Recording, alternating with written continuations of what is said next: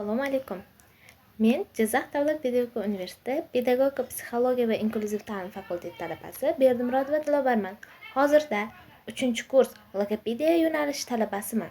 Bugun biz sizlar bilan dizarteriyaning kelib chiqish sabablari va turlari haqida gaplashamiz. Rejalar bilan tanishadigan bo'lsak, dizarteriyaning kelib chiqish sabablari, dizarteriyaning turlari va ularga qisqacha tasnif, dizarteriyani davolashda olib boriladigan logopedik ish tizimi haqida gaplashamiz. Dizarteriyaning kelib chiqish sabablari, dizarteriya bu o'zi nima degan savollarga batafsil javob olamiz. Dizarteriya bu nutq apparati boshqaruvchi markaziy va periferik nerv tizimining shikastlanishi natijasida nutqning talaffuz jihatdan buzilishidir.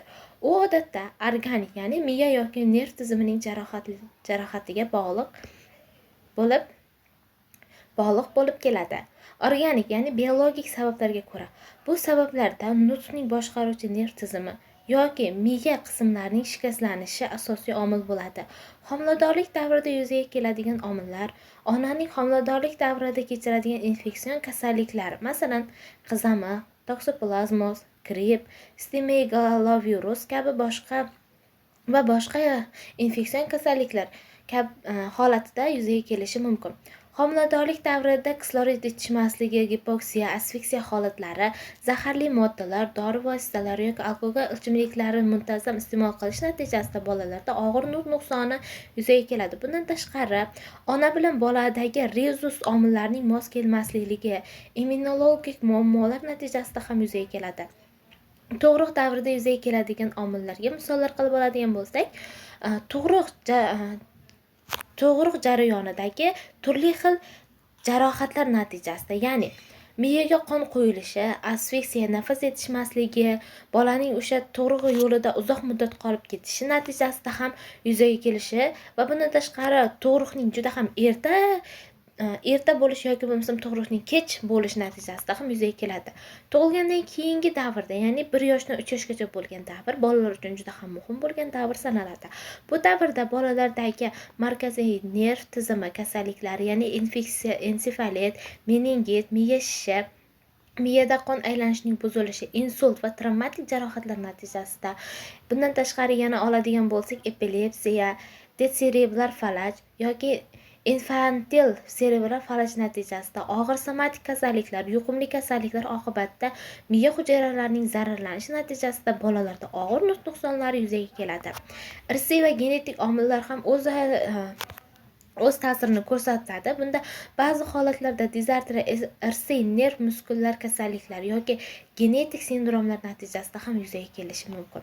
Bularga misol qilib oladigan bo'lsak, miyadagi nerv hujayralarining degenerativ jarohatlari, genetik ensefalopatiyalar, miya yoki orqa miya rivojlanishining tomon nuqsonlari, ijtimoiy va tashqi omillar, ba'zan dizarteriyaning og'irligi tashqi sharoit bilan kuchayadi. Bolaning erta yoshida nutqiy stimulyatsiya yetishmasligi, e'tiborning kamligi, nutqiy muloqotning yetishmasligi, pedagogik qarovsizlik natijasida ham bolalarda nutq nuqsoni kech rivojlanishi mumkin. Og'ir psixik zarbalar, stress holatlariga tushish, ruhiy holatning buzilishi ham bolalarda og'ir nutq nuqsonlarini keltirib chiqaradi va bunda bolalarning nutq chiqishi davrini kechiktirishi mumkin bo'lib, alohida o'rin egallashi mumkin. Tibbiy yordamning kechikishi, logopedik mashg'ulotlarning o'tkazilmasligi ham bolalarda nutqiy muammoni yuzaga kelishiga sabab bo'ladi. Biz asosan o'rganadigan bo'lsak, dizarteriyaning 5 ta turi mavjud bo'lib, ilmiy adabiyotlarda 8 ta aytib o'tilgan, lekin hozirgi kunda esa asosan o'rganiladigan esa bu 5 ta turi hisoblanadi. Ya'ni bularga bulbar dizarteriya, pseudobulbar dizarteriya, qobiqchali dizarteriya, qobig'osi dizarteriya va miyachali dizarteriya kabi turlarga bo'linadi. Dizarteriyaning turlari va ularning kelib chiqish sabablari ham turli holatlarda, turli joylardagi shikastlanishlar natijasida yuzaga keladi. Bu nutq apparati mushaklarining falaj yoki parizlar natijasida talaffuz, intonatsiya, ovoz va ritmning buzilishi bilan kechadigan nutq nuqsonidir. U miyaning qaysi qismida shikastlanishiga qarab bir nechta turlarga ajratib olishimiz mumkin. Ya'ni bulardan biri bulbar dizarteriya hisoblanadi. Uning belgilari va sabablari: bosh miyaning bulbar sohasi, ya'ni bosh miyadan chiquvchi 5-chi, 7-chi, 9-chi, 10-chi, 11 va 12-chi juft nervlarning yadro va ildizchalarining zararlanishi natijasida yuzaga keladi. Pseudobulbar bolalarning belgilari: Nutq juda noaniq, past, cho'ziq va burun oralig'ida eshitiladi. Til, lab, halqum mushaklarida falajliklar yoki susliklar kuzatiladi. Ya'ni bunda yumshoq tanglayning bir tomonlama falajlik holatlari ham kuzatilishini alohida e'tiborga olishimiz mumkin. Bola ovqatlanishda qiynaladi, ya'ni tam bilish holatining 1/3 qismi yo'qoladi. Yutish va nafas olishda muammo bo'ladi. Yumshoq tanglayning o'z-o'zidan ishlamasligi yoki paris va falajliklar natijasida traxeyaga o'tuvchi yo'lning yarmi to'liqligicha yopilmay, yarim holatda ochiq bo'lishi va bundan tashqari o'sha nafas yo'limizni ham to'liqligicha bekitib bermasligi natijasida yegan ovqatlarimiz, iste'mol qilgan ovqatlarimiz va suvlarimiz yoki o'pkamizga yoki burnimizdan qaytib chiqish holatlari ham kuzatiladi. Bolalarda xarakter xususiyatlariga ko'ra esa artikulatsiya deyarli yo'qoladi. Ba'zan nutq butunlay so'nadi. Pseudobulbar dizartriya bu soxta yadroli dizartriya ham deyiladi. Uning sabablariga ko'ra miyaning ikkala yarim shari po'stoq ostida yo'llarning shikastlanishi natijasida yuzaga keladi. Bosh miyadan chiquvchi 5-chi, 7-chi, 9-chi, 10-chi, 11-chi, 12-chi juft nervlarning o'tkazuvchi neyronlarning zararlanishi natijasida yuzaga keladi. Bu ham xuddi pseudobulbar dizartriya ham xuddi bulbar dizartriya kabi 12 juft nervlar, ya'ni 5-chi, 7-chi, 9-chi, 10-chi, 11 va 12-chi juft nervlarning zararlanishi natijasi, ya'ni bulbar dizartriyada yadro va ildizchalari zararlansa, pseudobulbar dizartriyada esa o'tkazuvchi neyronlarning zararlanishi natijasida yuzaga keladi. Belgilari: til harakatlari cheklangan, artikulatsiya qattiq buzilgan, nutq ravon emas, keskin siniq talaffuzlar kechiladi. Yig'i yoki kulgi xurujlari, affektiv reaksiyalar ko'p uchraydi. Ovoz monoton, bir ohangli, harflar talaffuzi noaniq holatda ham kuzatiladi. Bundan tashqari bunday turdagi kasalliklarni biz asosan yengil, o'rta va og'ir nutq nuqsonlari bo'limiga kirgizib o'rganishimiz mumkin hisoblanadi. Xarakter xususiyatlariga ko'ra esa nutq apparatining harakatlari avtomatik ravishda saqlanadi, lekin ixtiyoriy harakatlar qiyinlashadi. Ya'ni bir holatdan ikkinchi holatga o'tish holatlari juda ham qiyinchilik bilan amalga oshiriladi. Til doimo pseudobulbarning og'ir darajalarida esa til doimo holatda pastki jag'ga yopishgan holatda, gipersalivatsiya holati kuchli, ya'ni og'izdan so'lak doimiy holatda oqib turish holatlari kuzatiladi. Eksperimentali dizartriya. Miyaning bazal yadrolari, subkortikal tuzilmalari zararlanishdan paydo bo'ladi. Belgilari: ovozning kuchi o'zgaruvchan, ba'zan baland, ba'zan past, nutqda titroq, tebranish, keskin pauzalar seziladi. Harflarni tushirib qoldirish, ritm va ohang buziladi. Mimika va harakatlarda qo'zg'aluvchanlik, giper yoki gipokinezlar yuzaga keladi. Xarakter xususiyatlariga ko'ra esa nutq bir maromda emas, to'lqinli holatda bo'ladi. Keyingi turimizni o'rganadigan bo'lsak, bunda miyachali dizartriya. Sababi miyacha yoki uning yo'llari shikastlanishi natijasida yuzaga keladi. Belgilari: nutq notekis, sakrab gapiradi. So'zlar bo'g'inlarga bo'lib talaffuz qilinadi.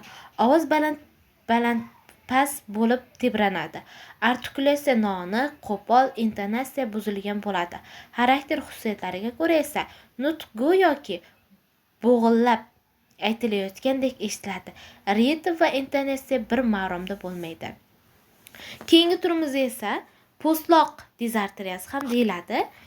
Bunda asosiy sabablarini ko'rib o'tadigan bo'lsak, miya po'stlog'ining markaziy harakat zonasi shikastlanganda yuzaga keladi. Belgilariga ko'ra esa ayrim tovush talaffuzi to'g'ri chiqmaydi, lekin umumiy nutq saqlanadi. Nutq surati sekin yoki tez bo'lishi mumkin. So'zlarni aytishda artikulatsiya xatoliklar yuzaga keladi. Odatda eng yengil shakllangan so'zlarni ham aytishda qiyinchiliklarga uchraydi. Xarakter xususiyatlariga ko'ra esa bemor ayrim harflarni ayta olmaydi, lekin nutqning umumiy tuzilishi saqlangan bo'ladi. Dizartriyaning barcha turlari organik asab tizimi shikastlanishi bilan bog'liq bo'lib, ularning og'irlik darajasiga ko'ra o'rta, yengil va og'ir shakllarga qarab bo'linadi. Erta tashxis va logopedik korreksiya yordamida bolaning nutqini sezilarli darajada to'g'rilash mumkin. Biz hozirgi vaqtda dizartriyaning 5 ta turi bilan tanishib oldik. Endi esa uning korreksion ish tizimi, ya'ni logopedik ish tizimi bilan tanishib olamiz. Bunda Dastlab birinchi qiladigan ishimiz diagnostika va tayyorgarlik bosqichi hisoblanadi. Ikkinchi bosqichimiz esa artikulyatsiya gimnastika va to'g'ri nafas olishni yo'lga qo'yish tizimi hisoblanadi.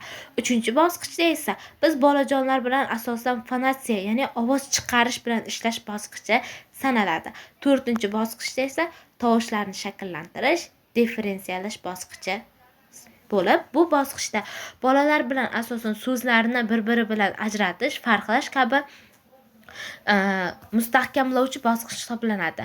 Oxirgi bosqichlarimizda esa leksik, grammatik, fonematik rivojlantirish bosqichi, tovushlarni shakllantirish differensial bosqichi, nutqning ritmik intonatsion tomonini rivojlantirish, yakuniy bosqichlar mustahkamlovchi va ijtimoiylashtirish bosqichi bo'lib xizmat qiladi.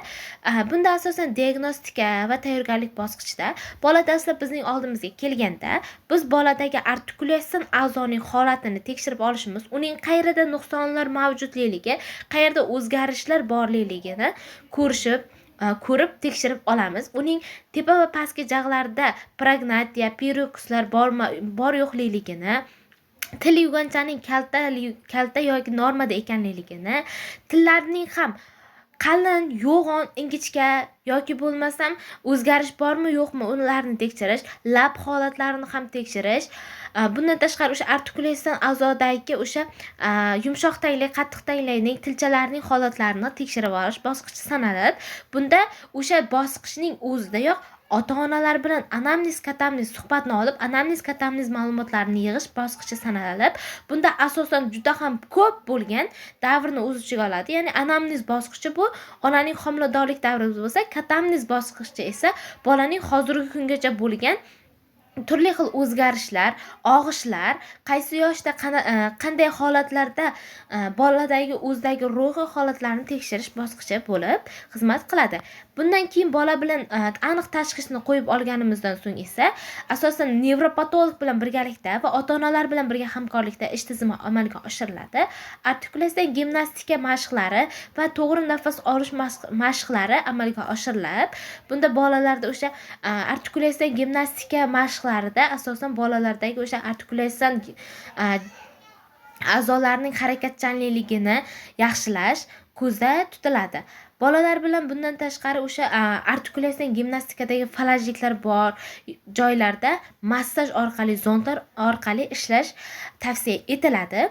Keyingi bosqichda esa bolalar bilan ovoz chiqarish, ya'ni tovushlarni qo'yish bosqichi ham deyiladi.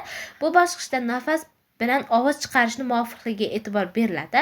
Bolaga ovozni to'g'ri chiqarish, kuchini boshqarish, ohangni saqlash o'rgatiladi. Ovoz intonatsiya va ritm shakllantirish uchun qisqa she'r, so'z o'yinlari qo'llaniladi. Bundan maqsad esa bolada ovoz hosil bo'lish jarayonini faollashtirish, nutqning ohangdorligini tiklash hisoblanadi. Bolalarda esa keyingi etaplarda esa leksik, grammatik va fonematik rivojlantirish bosqichi hisoblanib, bunda boladagi dizartriya bilan og'rigan bolalarda so'z boyligi, grammatik tuzilma va fonematik eshitish ham muhim rol o'ynaydi. Logopedik ishlar so'z boyligini kengaytirish, rasm, predmetlar orqali turli xil o'yinlarni tashkil etish, metodika ko'rinishida qiziqarli o'yinlarni tashkil etish, gap tuzish, grammatik shakllarni to'g'ri qo'llash, fonematik eshitishni rivojlantirish, tovushni eslab qolish, tovushni eshitib topish, o'xshash tovushlarni ajratish kabi holatlarga bo'linadi.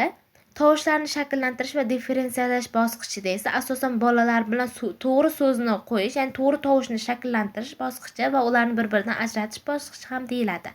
Bularga misol qilib oladigan bo'lsak, ya'ni o'xshash tovushlarni farqlash, ya'ni s va sh tovushlarini ajratish, r, l, y kabi tovushlarni so'zlarda to'g'ri qo'llay olish san'atini o'rgatish hisoblanadi.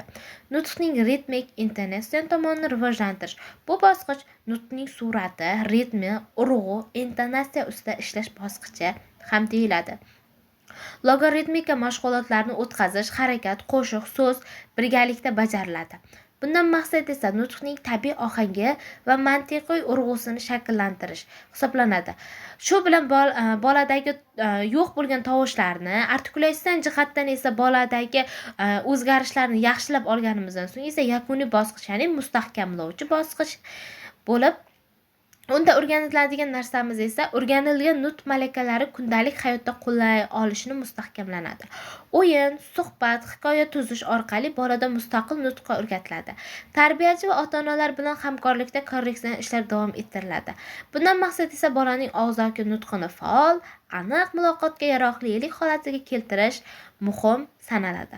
Shu bilan xulosa qilib aytadigan bo'lsak, dizartriyani tuzatish jarayoni uzoq davom etadigan, ammo natijasida ijobiy bo'lgan ish tizimidir. Logopedik mashg'ulotlar nevropatolog, psixolog, defektolog, ota-onalar bilan hamkorlikda olib borilganda bola nutqining aniq, ravon va tushunarli shakllanishiga erishish mumkin. Bugun biz dizartriya haqida juda ham ko'p ma'lumotlarga ega bo'ldik deb umid qilaman va e'tiboringiz uchun rahmat.